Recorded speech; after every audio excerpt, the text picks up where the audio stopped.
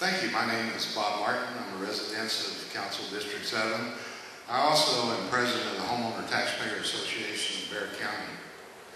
We're not anything new, but our primary concern is these proposed 20-plus rate increases for STP expansion and possible cost overruns. Now, this will certainly impact our senior citizens on fixed income and, of course, the working poor. Now, the history of nuclear power suggests, at least to me, that underestimating the actual cost of these plants is almost a certainty. During the 1970s, we had Washington Power System, also known as WOOPS. Well, this one was estimated about $4.1 billion, and they started in the 70s. By the early 80s, the cost increased to $23.8 billion. The partially completed project was finally abandoned, forcing the default of $2.25 million in municipal bonds. At that time, it was the largest municipal bond failure in U.S. history. Now, the initial STP units 1 and 2, I understand the initial estimate was a little over $1 billion, maybe $1.25 billion. And I don't know. I think the jury's still out. I've heard figures running from $5 to $8 billion on that project. I could find no examples in my research of any U.S. nuclear plant that was built on time and on budget. Zip, zero, nada. Now, ratepayers will be forced not only to pay these higher increased rates based on CPS estimates, but now we're going to be on the hook for the likely cost overruns. And because of council getting 14% is coming to the city, I think the Homeowner Taxpayer Association must strongly support a referendum on this issue. We need to vote.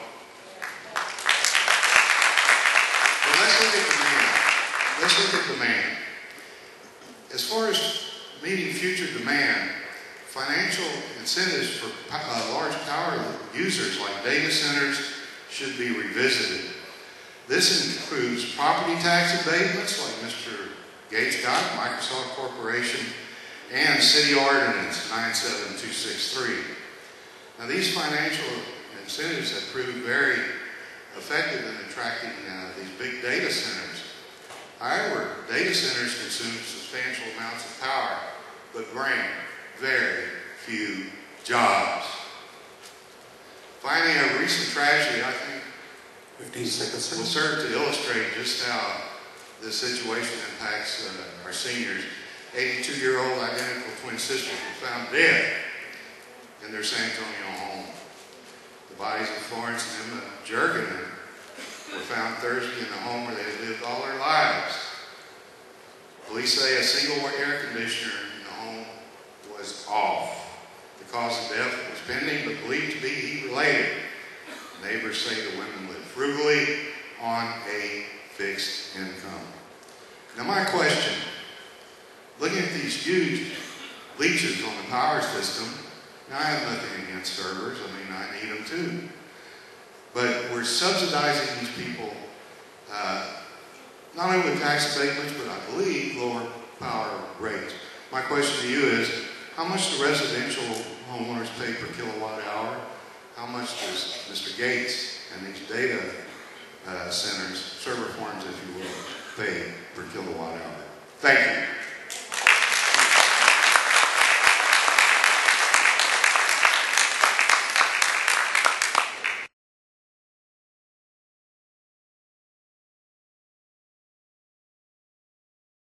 I may need a little bit of help on this one.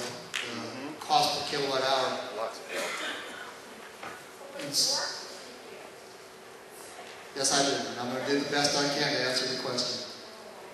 Our average cost of power in San Antonio right now is about 7.5 cents. Average. Okay.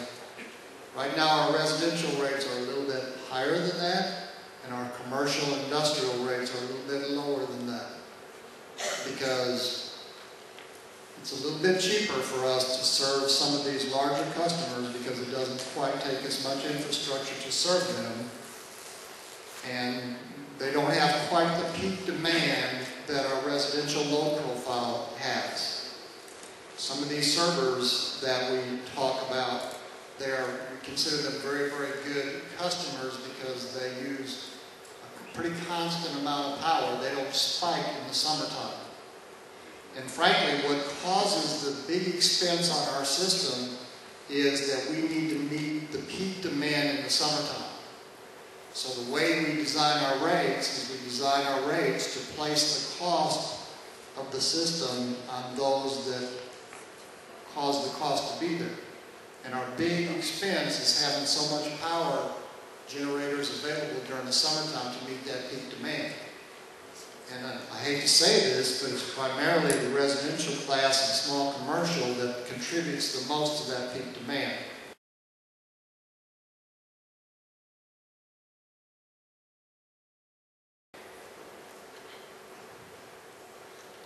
That's why we are so intent on promoting energy efficiency and conservation, and those programs are primarily directed to the residential class. 15 seconds. Because we've got to do the best we all can to conserve.